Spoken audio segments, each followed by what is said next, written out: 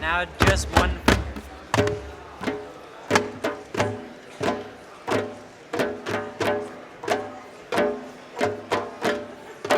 Now your fist.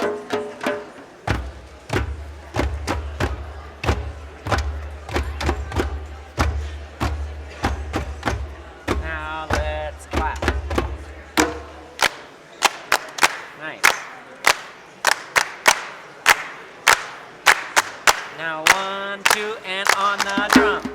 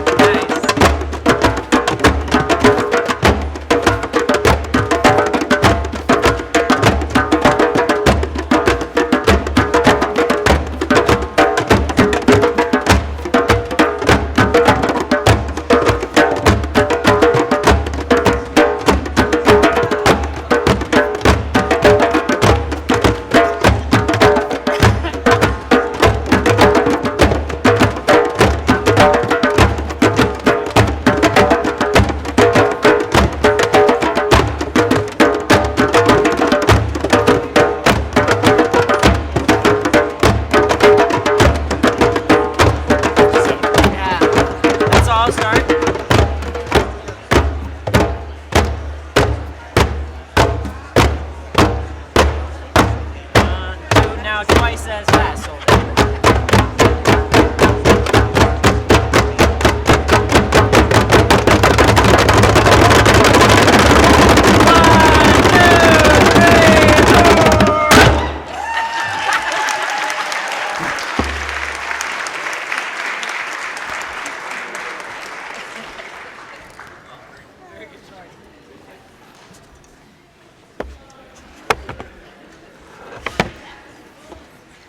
Good morning.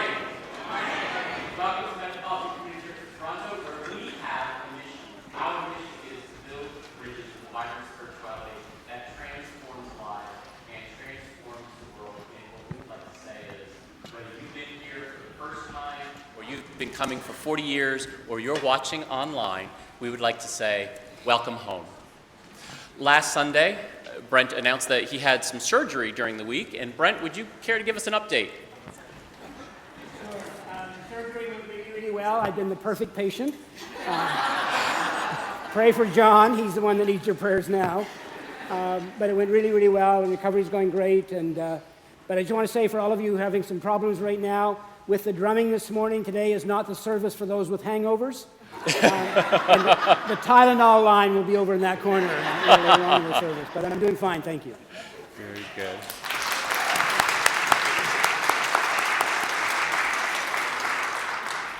Connection makes community happen, and so we encourage you each Sunday to complete a connection card. You'll find one in your worship bulletin as well as in the pew in front of you. There's a place for you to update any of your information should it change, as well as if you're a first-time visitor and would like to be added to our e-news, our newsletter, just give us your information. We'll make sure that you're added very quickly so you can stay up to date on all of the important things that are happening in the life of our congregation. On the back of the card, you'll find there's a place for your comments, as well as a place for your prayers. Our deacons pray those prayers throughout the week. Holy Week is around the corner. We have a number of different events that are happening. You will find a special insert in your worship bulletin listing all of the various events that are coming. We will have a Good Friday celebration at 7 p.m. on Friday the 18th. There is a sunrise service. There is our regular 9 and 11 worship services, as well as our 7 p.m. service, all of which are going to be special big events and celebrations. We are going to have a shuttle service. We encourage you for those who regularly come to the 11 a.m. to consider coming to the 9 a.m. To make room for all of the different guests that we're actually expecting to have on that very, very special day. There is also a shuttle which will be available. It will be running from 8 o'clock in the morning until 1 o'clock in the afternoon. So you can park over at the No Frills parking lot and take the shuttle. It's free, it's a courtesy shuttle, so that we can make room, because we know that parking is a challenge, but we want to welcome as many people to this incredible place as possible. If you have any questions, you can contact me, fill out your welcome card, or stop by the Connections Room following worship service. Each week we celebrate the important ministry and the commitment of individuals in our congregation that help to make community happen. And this week we ask that you celebrate the important work of our Depression Initiative. For 5 years, Linda, Peggy, Sandra, Margaret, and Todd have led that initiative, provided support groups, and I know from the personal stories of many, have touched and changed and even saved some lives. So please congratulate them. Most of the refugee members at MCC Toronto made their refugee claims from within Canada, predominantly. Today is the 5th Sunday of the month, and on the 5th Sunday of the month, we celebrate Food for Friends. If you brought food for our collection for the Toronto People with AIDS Foundation Food Bank, we ask that during the offering today, feel free to bring them up when the ushers come forward. We will bless those gifts as well as the offering as important signs of the many ways that you truly are committed to changing lives right here within our city. And now, speaking of changing lives, we have a commercial.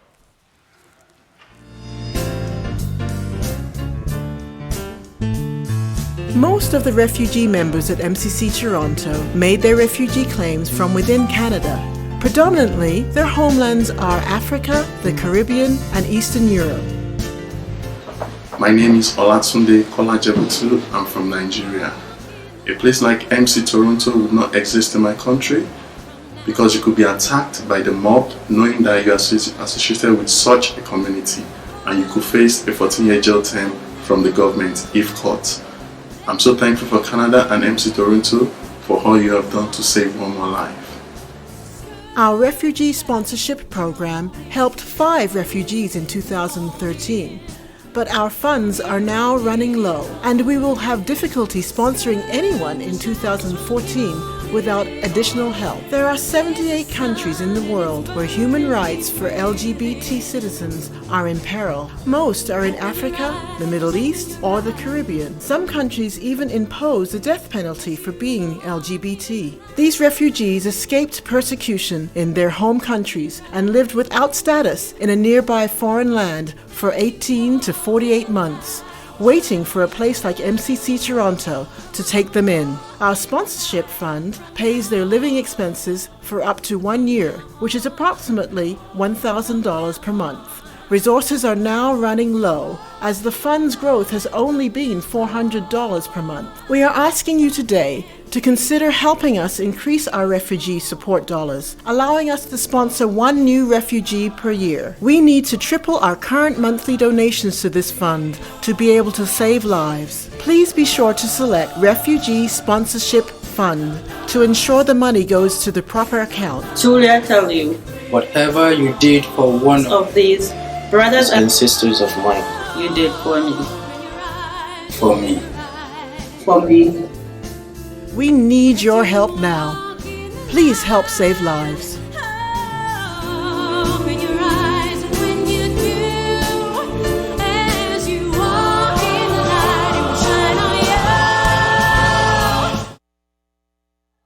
Good morning. My name is Brian Brenny. I'm the team leader for the refugee programs here at the church. As you saw on the video, there is an option to donate online, either as a one-time gift or a monthly donation. For those in the sanctuary today, there's also a pledge form. It's the light yellow one.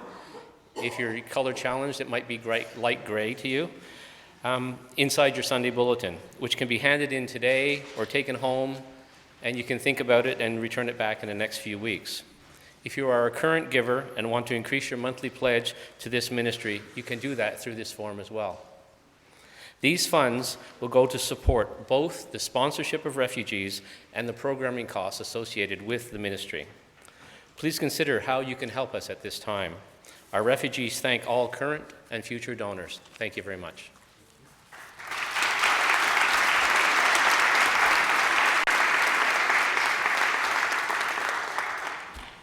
That ministry is a prophetic ministry. It was started about 5 years ago, and you only have to look at the headlines to just understand just how incredibly important it is today. And so thank you for everybody who had that vision and the commitment to make that happen. And a special thank you to Brian Brenny, Kevin Cotu, and Dawn Sinclair for putting that video together, as well as to Stephanie Martin for giving us permission to use her music for free. So thank you all for that.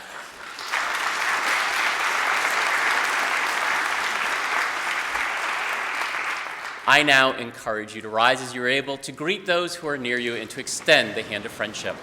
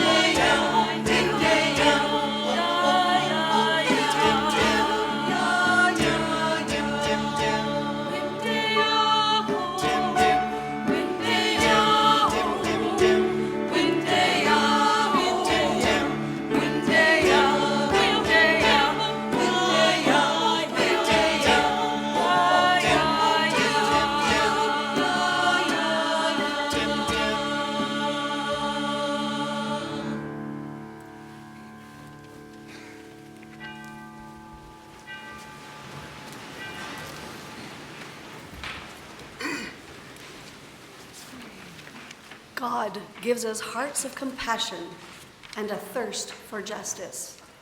Teach us, God of love, to be co-creators of a world where all belong and share the abundance you have given us.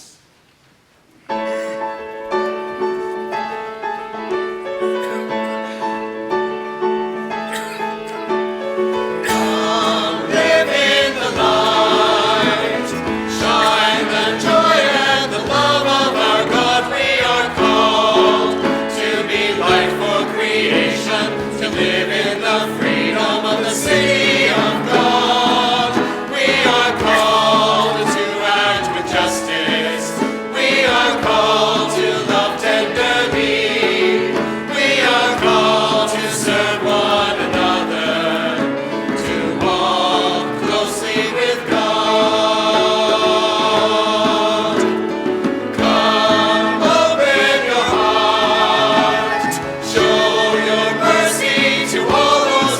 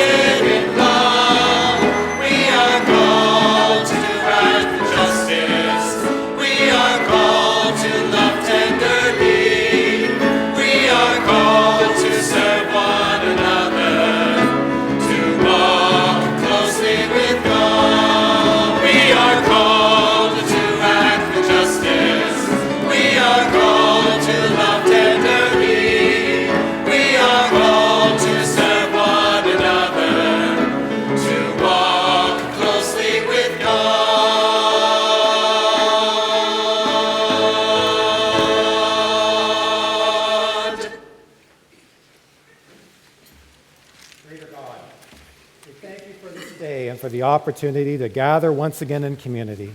We thank you for the blessings of this past week. Today, open our hearts and minds for the message you have for us. May we be vessels of your love and peace, enabling us to transform lives outside of these walls. Amen. Today we are really excited to install our new ministry leader of community engagement, Leanne Horvath. Leanne comes to us from Emmanuel College at the University of Toronto, where she served as the recruitment coordinator and admissions counselor. Leanne is working part-time on a Master of Divinity degree at Emmanuel College. She loves to travel, run, can't keep up to her, and do all things that are crafty. Leanne got married in October of 2013 to Nancy Horvath.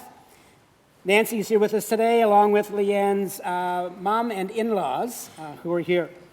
I'd now like to call on Reverend Kevin Downer, who will talk about Leanne's role here at MCC Toronto.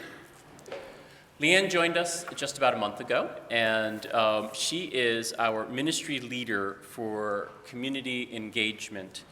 In her role, she says that she is excited and looking forward to working with all of us and coaching us so that we may create even more opportunities to connect with one another, to be community as we create community. Leanne is really very adept at listening to your stories and hearing what your gifts are, and then trying to help connect people who have similar passions and interests with one another. We've already started to see there's a group that's forming around our senior ministry. She's continuing to coach the young adult ministry, and there are many other plans already in the works. I would now like to invite Deacon Sandra Miller, Ron Beeben, Corey Bertrand, Josh Allo, Zorna Rose, Cheryl Pennington, and Shelley Morris to come down to lay hands on Leanne so that Brent can now bless her as we, the congregation, install our new ministry leader for community engagement. Comfortable if you could reach towards Leanne as we ask God's blessing. God, we thank you for the gifts that Leanne brings and the experience that she brings to this place. And we thank you for being able to engage ministry with her. We thank you for the opportunity to serve together. We ask your blessing on Leanne as she helps us to form community, to engage each other, to go deeper spiritually, to be cared for pastorally, and to be able to pool our gifts together to change the world, to make it a better place. We ask now your blessing on her, as we know she will be a blessing to this congregation. In your many names we pray. Amen. Amen.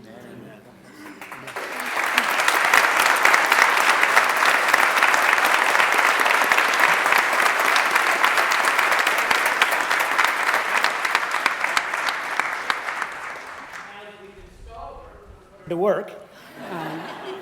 MCC Toronto is a congregational-based congregation. We're part of an international denomination, but according to the denomination structure, the local church has a lot of autonomy. And it is the members, the formal members of the local church, are people who say that this is their church home, that they've made a commitment to this place, they've said yes to MCC Toronto, and they want to be involved here. And it is those members who ultimately, at an annual congregational business meeting, for instance, would approve bylaw changes, will elect a new pastor when that time comes, and will elect delegates, et cetera, at the annual meeting. And so as part of that process, we have a membership class about 4 times a year, and people are invited to that class to learn more about us. And then through that, if you decide this is your church home, then we invite you into formal membership. And so today, we are going to be welcoming at this service and this evening some new members into the life of our church. And so Leanne will introduce those folks to you. And they're going to be joined by board members who are going to come over, Michael Dolan and Ann Braley, who are going to welcome the new folks and greet them and shake their hands and put them to work. Okay, yeah. Okay. The following people have completed a membership class. They've met all the requirements and are now being received as members at Metropolitan Community Church. Please come forward when your name is called and be welcomed by the board members and Senior Pastor Brent Hawks. Coyote Adelusi, He prefers to be called Coyote. He is from Nigeria and came to Canada in July 2013 with his family and loves the welcome he's experienced here at MCC. David Akinsola. David is living here in Canada with his wife and his three children are still at home in Nigeria. He's looking forward to being a member of MCC for his spiritual growth and being part of a progressive and diverse community of faith. Wanda Sierra, thank you, has been attending NCCT for over 9 years and was involved with the children's ministry for much of that time. She's looking forward to singing with the Pride Choir this year, and she has 3 children, ages 12, 14, and 17, and extremely excited about marrying her partner, Luciana, this fall.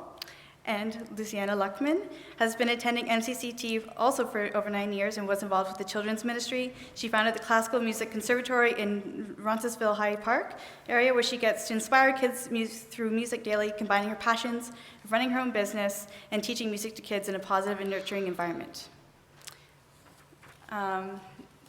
Michael McKenzie. Michael is a partner of Michael Tukish, and they are celebrating 20 years on Tuesday of being together. He has been a part of Jean Vanier Large Community for the last 26 years. He's looking forward to being part of the stewardship committee in the spirit of community collaboration and creative visioning for the future. Michael Tukish is a lifelong spiritual learner, explorer, and teacher. He enjoys people, being in nature, and a good challenge. He is looking forward to contributing to MCC hospitality and facilitating groups and being part of compassionate ministry. Doug Moore has been attending MCC for the past 10 years and has a long career in healthcare. He's looking forward to volunteering with the facility redevelopment project. And being introduced together is Randy Ray and Eddie Rivas. They are a straightforward gay couple who have recently moved to Toronto. Eddie is in academia.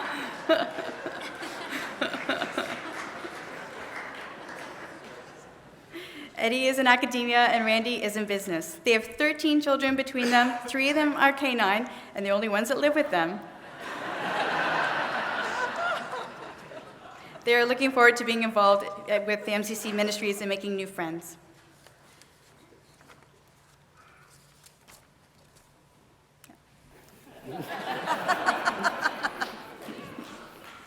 Oh, sorry, we have one more. Rihanna Kyon is an equity and social justice-minded entrepreneur working in the areas of sustainable universal health policy and mindful movement. Rihanna is excited to be involved with MCC. And Leanne, I think we have one more. Oh yes, that is me.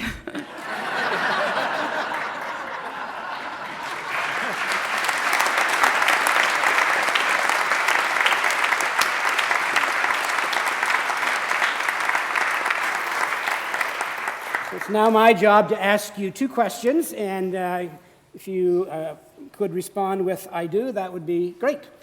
Do you now wish to become full members of this faith community? Do you now publicly affirm the values, beliefs, vision, and mission of MCC Toronto? Could you lead us now in the new members' reading? I'll start you out, and then you're on your own. Since time began, people have...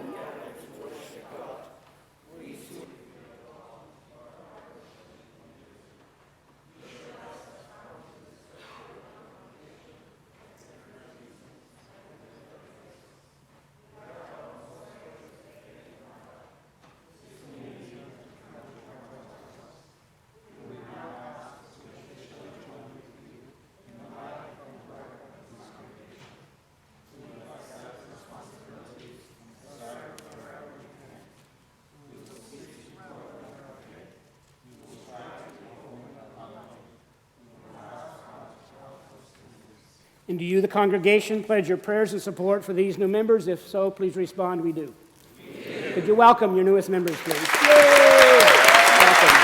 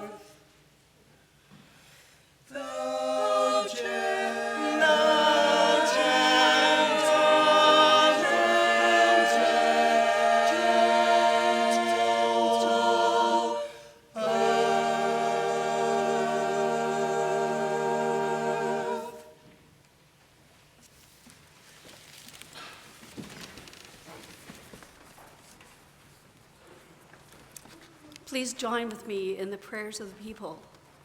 There are places to lift all concerns that you have from your heart or speaking them out loud. We also raise the prayers of those who were written on the connection cards last week, for which we give thanks. Gracious God, your abundance surrounds us and sustains us. We thank you for gifts of friendship and new beginnings, for life as it unfolds, and new opportunities for growth. For the new members. God of grace, we know you hear our prayers. Spirit of hope, in our lives and in our world, there are many troubled by concerns. Some face the uncertainty and pain of illness. Some wrestle with anxiety and fear about work, about relationships, and about themselves. We pray that your healing love may touch these lives.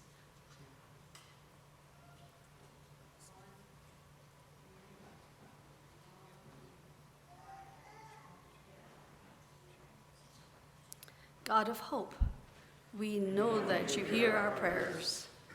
Spirit of compassion, be with us as we face losses in our lives. Where there is disappointment, lead us to joy. Where there is grief, fill us with your peace. Where there is death, help us to say goodbye for now and not forever. We pray for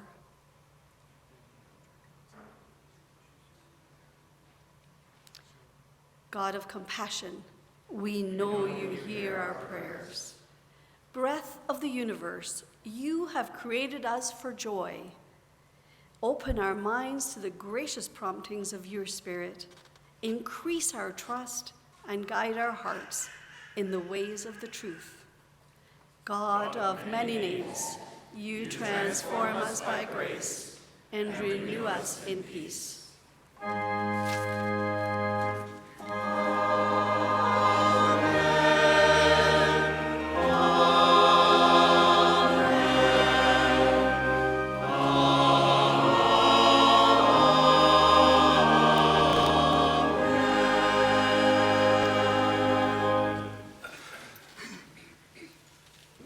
This is an excerpt from Diana Butler Bass's Christianity After Religion. She is a scholar focusing on the history of Christianity and a leading voice in progressive Christianity. And she writes on religion and culture. Conventional comforting Christianity has failed. It does not work. We cannot go back, and we should not want to. Lot's wife turned to a pillar of salt when she looked back to catch one last glimpse of the past as her family fled to an unknown future. Centuries later, Jesus reminded his followers, "No one who puts a hand to the plow and looks back is fit for the reign of God."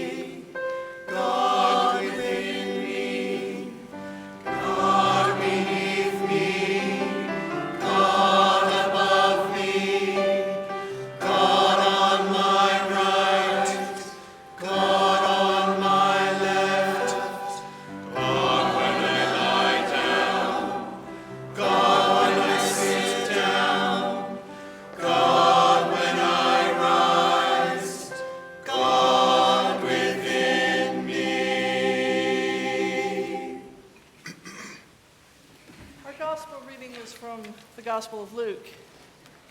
As they were walking along, someone said to Jesus, "I will follow you wherever you go." But Jesus replied, "Foxes have dens to live in, and birds have nests, but the Son of Humanity has no place even to lie his head." He said to another person, "Come follow me." The person agreed, but he said, "First let me return home and bury my father." But Jesus told him, "Let the spiritually dead bury their own dead. Your duty is to go and preach about the reign of God." Another said, "Yes, I will follow you, but first let me say goodbye to my family."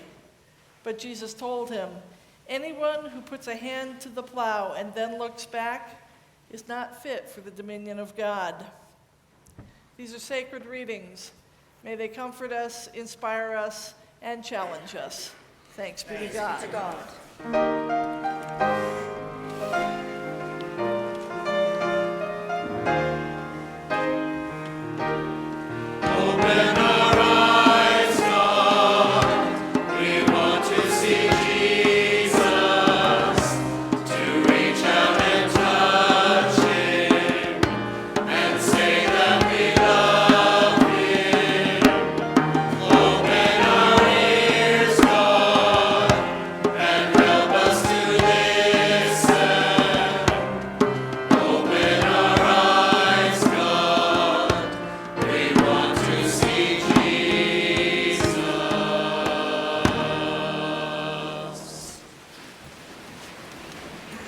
As Dina and I were planning today's sermon and my approaching surgery this past Wednesday, we thought and were told that it was relatively minor surgery and recovery would be quite quick.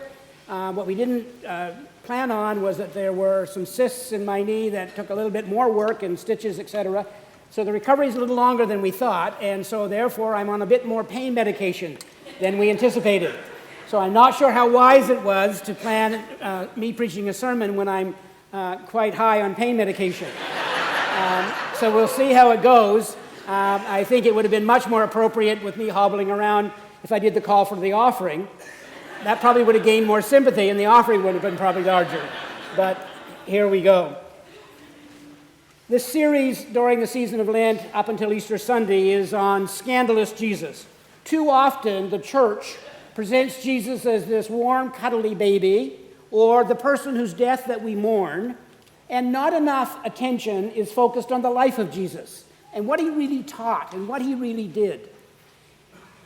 Why Jesus died is a question that's debated and among theologians and others, and kind of the traditional view of Christianity over the last 1,000 years or so has been a theory that we call substitutionary atonement, which boils down to a theory that Jesus had to die in order for God to forgive sins. And many people in progressive Christianity, myself included, are questioning that and saying that doesn't resonate with what we think of a loving God, that somehow God needed someone to die to be happy again. And so we question that. And instead, many of us believe that Jesus died because he stirred things up. He got the political leaders of his day so upset, the fundamentalists of his day so upset, that they colluded together and killed him.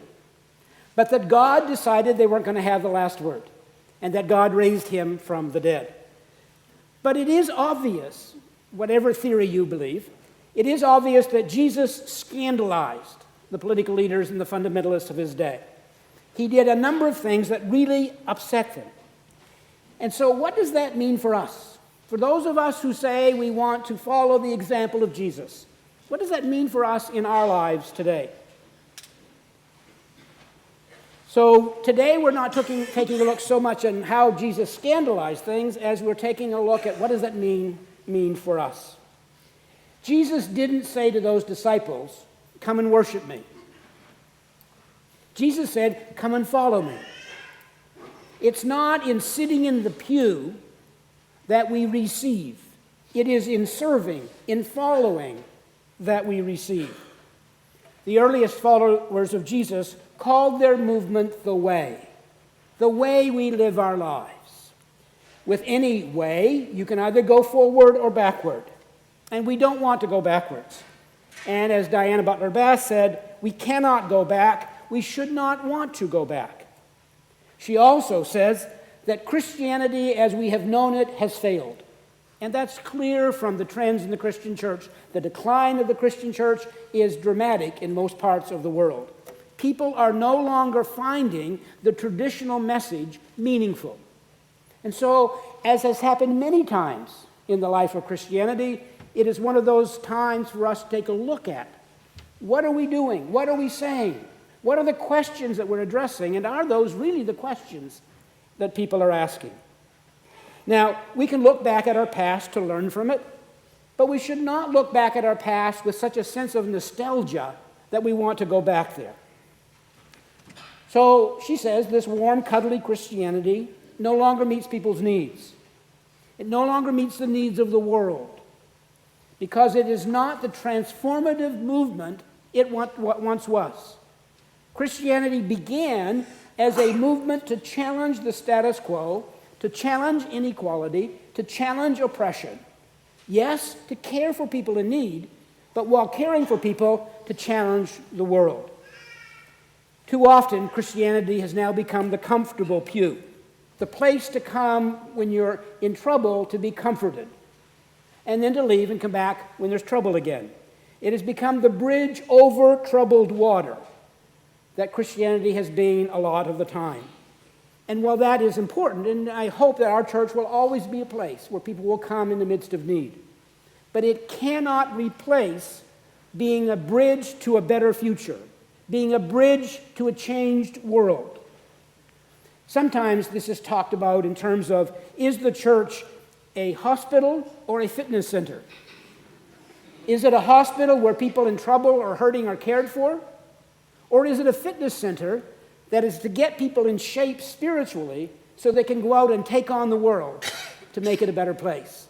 I would say it's a bit of both. Unfortunately, it has been too much a hospital and not enough challenging people to be a part of a fitness center.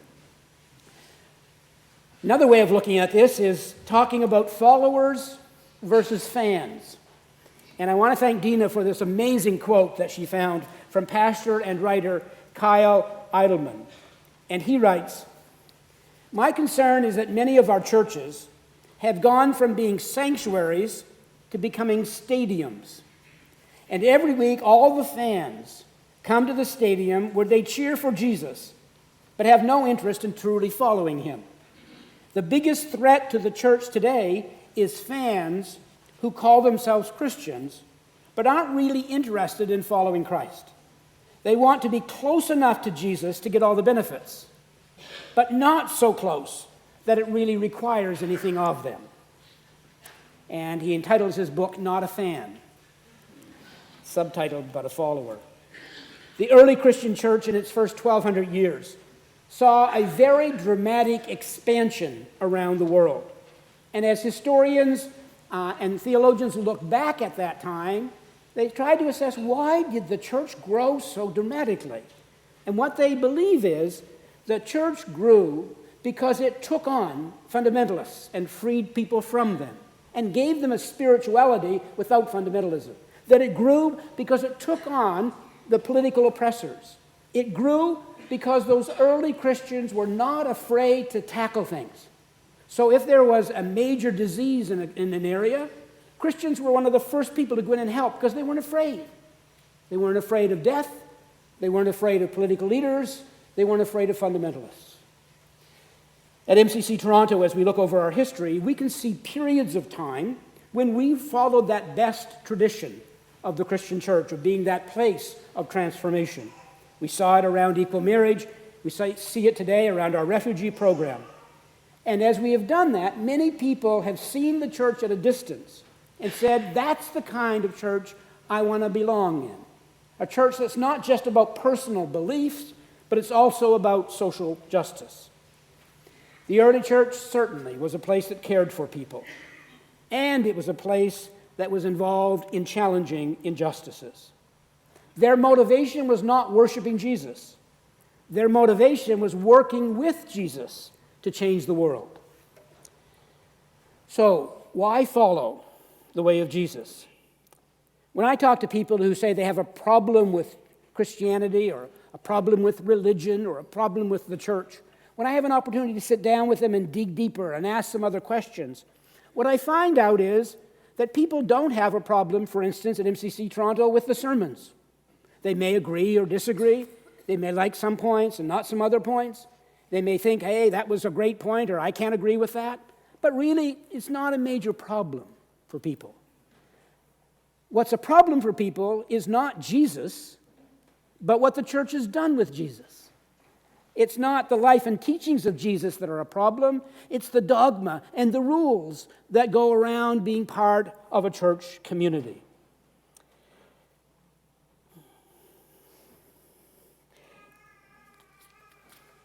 So if people could follow Jesus without having to take the church, it would be very attractive for them. But as much as they want to follow Jesus or are attracted to this Jesus, Jesus said, hold on just a bit. Before you get so excited in getting involved in this movement, make sure you know what you're getting involved in. Just like with our new members we received today. People come and say, this is a great place, I want to be a member. We say, wonderful, but come to a membership class so you know what you're getting involved in. So you know what the requirements are, like volunteering, financial support, our membership covenant, etc. And so today's gospel reading, and this is the point that if those of you who watch your watches and time the length of sermons, I now begin my sermon at this point. In today's gospel reading, there are 3 examples that Jesus gave where people wanted to follow him, but he first talked to them about the price they would have to pay. It sounds harsh. He even sounds snarky at times. He's certainly not making it easy on people who say they want to follow him. In today's language, we would say he's really raised the bar for those who want to follow. The first example, someone said to Jesus, I'll follow you wherever you go. And Jesus said, foxes have dens and birds have nests, but the Son of Humanity will have no place to lay his head. So I think what Jesus is saying is if you really want to follow me, this is going to be an insecure way. Following Jesus means being open to wherever it may lead you. It may not be so much about putting down roots, it is about being open to going places that you thought you would never go before. Going places physically that you thought you would never go before. Going places emotionally, sharing those emotions that maybe you've never shared with others or shared in any kind of group setting. Going places spiritually. Maybe you came here defining yourself as not religious, not Christian, not spiritual, but being open to redefining those and playing around the edges and maybe exploring some parts of spirituality that you would never have thought that you would have explored before. Now, I'm not saying that all of you will sell your houses and move across the country to go on some trip to do something new or start an MCC somewhere else. But maybe some of you will. Maybe that's where God will call you. Maybe you never saw yourself marching in a demonstration or signing a petition or calling a politician. But maybe now you will. Maybe you never saw yourself as a spiritual person, but now you'll explore it.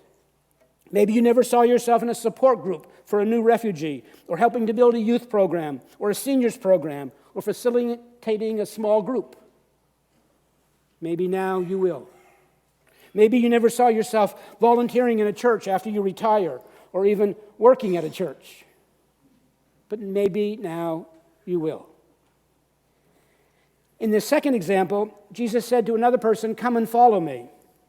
The man agreed, but first he said, "Let me go home and bury my father." And Jesus said to him, "Let the spiritually dead bury their own dead. Your duty is to go and preach about the reign of God." Now, this may sound really harsh. Why would Jesus say something like this? And for me, in terms of recently dealing with my mom's death, I don't think that Jesus was saying, you can't take time to go home and bury your family. Frankly, I'm not quite sure what he means. But my best guess is, and we practice best guess theology here at MCC Toronto, and we celebrate that, my best guess is that what Jesus is getting at here is that we can't be so obligated to honor the past to bury what's dead that we forget our calling. That Jesus is saying it's time to remember that your calling, no matter what is happening to you, your calling is to offer hope and transformation to our world. That's always got to be your priority, even while you're burying the dead. Sometimes people grieve so much that they put their lives on hold. And I see that especially when relationships end, when there's an abrupt end of a relationship. People will get so stuck in the grief of that relationship, they refuse to love again. They refuse to live their lives again. They refuse to see the people and the support that's still around them, the opportunities that are there. And most concerning, they refuse to see themselves as blessed. No matter what we lose, still seeing ourselves as blessed, focusing on who remains, what remains, and living our lives out of gratitude. Yes, grieve, but for God's sake, move on. For your own sake, move on. For the sake of the world that needs you, move on. Jesus is saying that it is our duty to proclaim this new realm of God, this realm of God that we are to be an ambassador for, this realm of God that talks to us about grieving, yes, but remembering to proclaim good news. And thirdly, another person said, yes, I will follow you, but first let me go and say goodbye to my family. Jesus told him, anyone who puts a hand to the plow and then looks back is not fit for the dominion of God. Now, this is not about death or grieving. It's about attachment. And sometimes our attachments can hold us back. We all know how destructive it can be in a relationship if your current partner continually compares yourself to their previous partner. If they get stuck on how great that person was, they might not recognize the value that you bring. Now, one of the advantages that John and I have of being in a relationship for 33 years is that we've both forgotten all of our previous partners. And so we don't compare because we've forgotten them. But this attachment to the past we see played out in church when people want to hold on to their old denominational ways, their own ways of worshiping, their old music. Jesus said it's about proclaiming the realm of God. It's about focusing on this vision for a better world. And moving towards that vision will help us to go forward in a straight path. That it's the vision that propels us, not the past. What is that vision? It's the vision of a world based on love and compassion, justice and forgiveness, equality and liberation. And what would it look like if someone was really able to live into that kind of a vision? I think it would look like Jesus. I think his life and his teachings give us an example of what it would be like to live that passionately and that consistently out of love and justice. Jesus said to those early disciples, "Come and follow me, and I will involve you in an eternal endeavor that will change you forever and that will change the world forever." Are you willing to follow this Jesus? Confident that the life that you will build and that the world that you will transform will be exactly the life and exactly the world that God has entrusted to your care. I'm sure those early disciples could never have imagined what was in store for them. And while it may have ended in martyrdom for some of them, I bet that they would not regret their decision. Indeed, that they'd do it all over again. Take on injustice. Take on fundamentalism. Provide a positive, progressive spirituality. Challenge the political injustices and equalities of our day. I bet they would do it all over again. But they can't. But we can. Will you? Amen.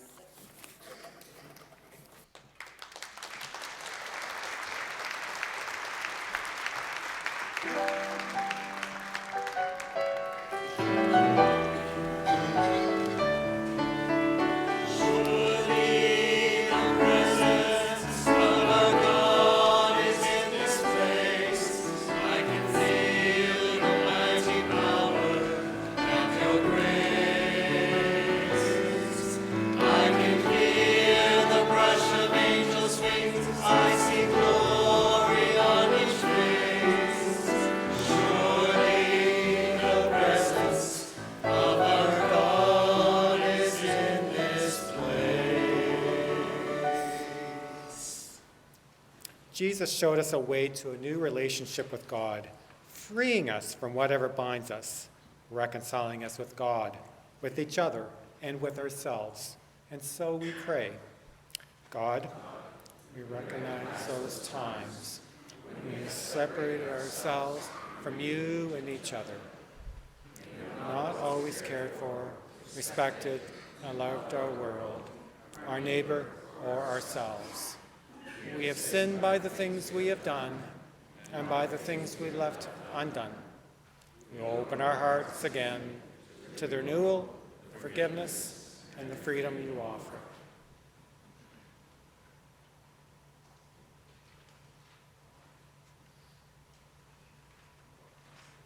Hear the good news. God's saying to us, behold, I make all things new. In every moment that you are loved, and so you are forgiven, free in the name of the God who created you, who dwells within you, and who goes with you always. Amen. You're invited at this time to come to the front for this time of anointing and healing.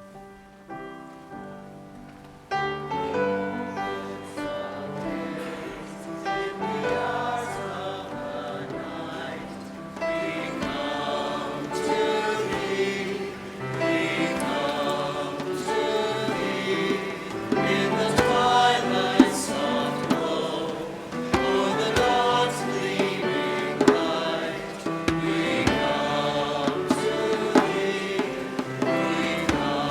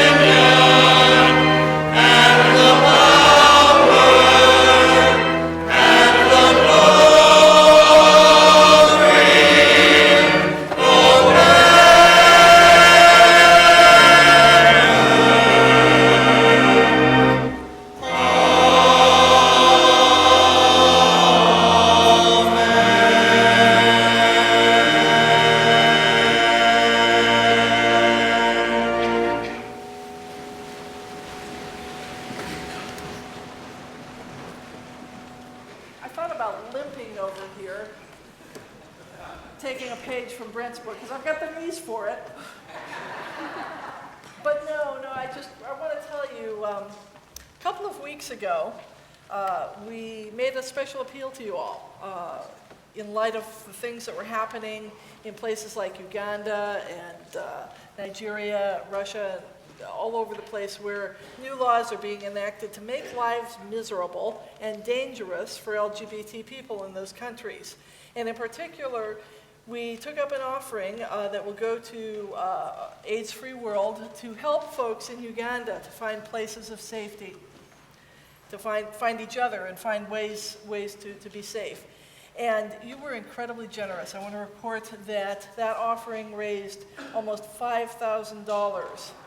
Yeah, thank you.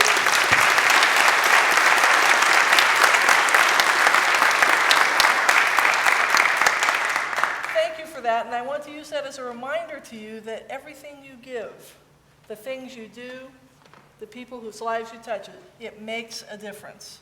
It makes a difference in people's lives. And that's why we continue to ask you to be generous.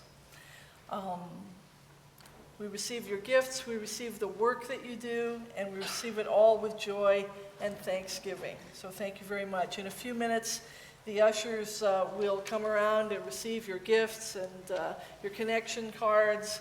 And in the meantime, we will have a musical gift.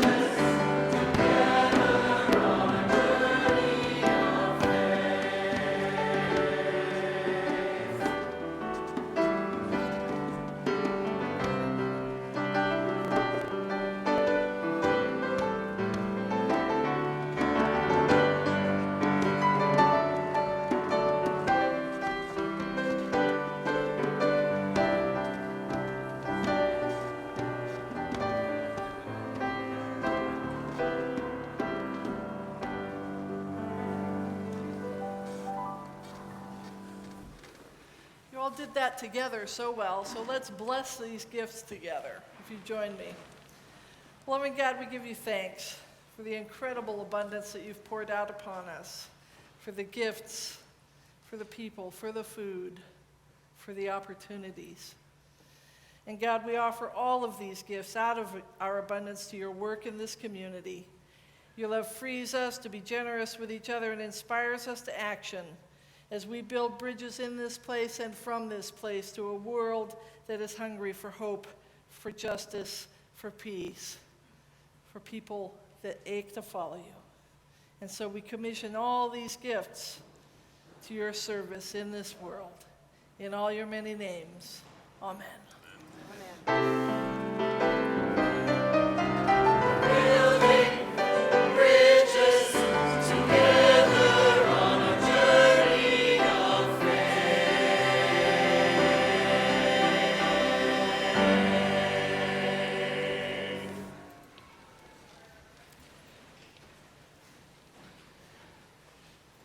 Those first followers of Jesus gathered with him at this table, and we have the opportunity to follow Jesus here as well.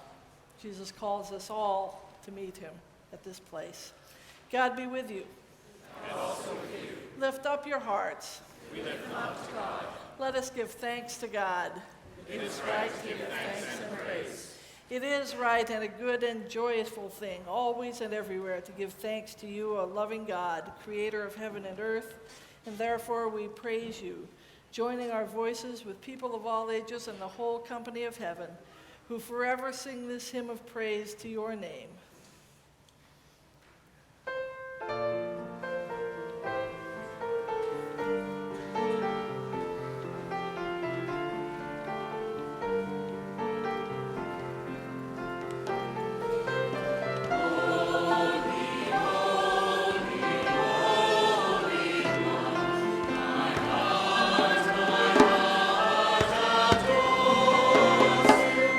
My heart knows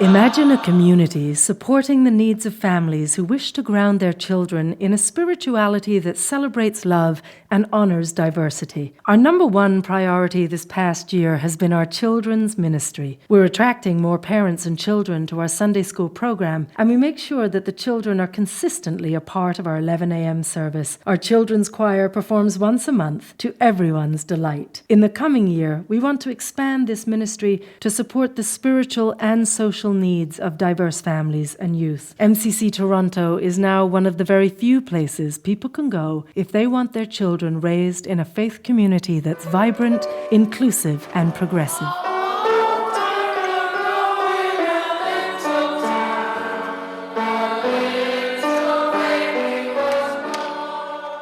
Imagine a community sheltering courageous refugees who flee their homelands in fear of violence directed at them for living authentically as who they are. MCC Toronto's unique refugee program provides a bridge to hope, safety, freedom, and wholeness for lesbian, gay, bi, and transgendered refugees who fear or have experienced persecution, torture, or grave danger in their home countries. This past year, we've sponsored 5 refugees from the Middle East and Africa, and we've been busy helping them get settled into their new homes, school, and work. We've distributed nearly $10,000 worth of donated clothing, including winter wear, for the many refugees who come from places that are lots warmer than Canada, and we're proud to offer them a warm welcome here. Imagine a safe space for LGBT teenagers to learn and pursue their education free from homophobia and bullying. The Triangle program, a partnership between MCC Toronto and the Toronto District School Board, offers a haven for at-risk youth from Ontario and all over Canada so they can finish school. It's the only such program in Canada and the first in North America, and MCC Toronto has provided space and covered infrastructure costs for 18 years, in which nearly 600 teens have been helped. These kids learn more than schoolwork. They learn that someone believes in them and that they can believe in themselves. For the past 5 years, we've been webcasting MCC Toronto's Sunday morning services. When we started doing this, we had no idea how it would take off. We now have viewers from nearly 120 countries, and over the course of a year, over 10,000 people will watch one of our webcasts. Our goal in the coming year is to continue to improve the quality, professionalism, and reach of our webcasts, to translate our services into multiple languages, and to find ways to increase the visibility and reach of this vital ministry. We want more and more people around the world to know a spiritual home that celebrates global diversity, works towards social justice, and proclaims God's unconditional love for all. As I walk to you, I reach for your outstretched hand. We are connected.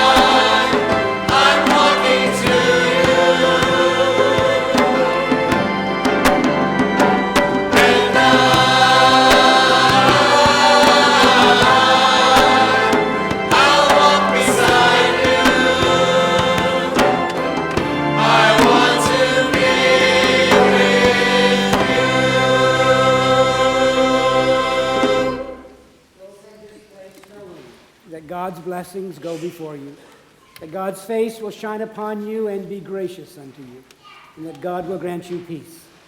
In your going out and in your coming in your lying down and in your rising up, in your labor, in your leisure, in your laughter, and in your tears, until that day in which there is no dawning and no sunset, no death and no disease.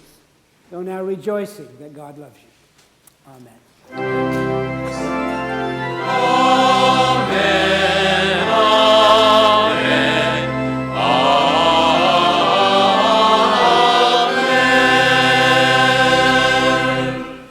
Thank you for joining us for worship today. We invite you to spend a little bit more time with us in our social hall where we'll have coffee and snacks. We invite you so that we may be community in and at worship and after worship as well. We thank everybody who participated in the online survey to name that room.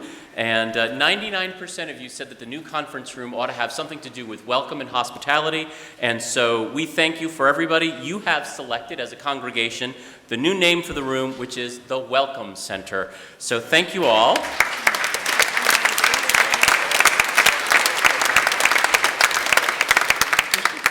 And immediately following our closing song, those of you who are new or looking to connect, please join Leanne, our deacon, myself, in our new Welcome Center, where we will help to answer your questions and connect you in any way possible. If you are interested in participating in the Easter worship service, we are looking for members to help with our altar guild and serve communion and anoint. Please stop in and we will explain any questions you may have. Also, at 1 o'clock, there is a very informative forum about planning for your funeral. We encourage you to take a look at that. That is happening in room 109. Our teaser question for next week. Many of us have experienced getting ourselves in trouble because of love. Is it possible to love ourselves out of trouble? Let us join in our closing song.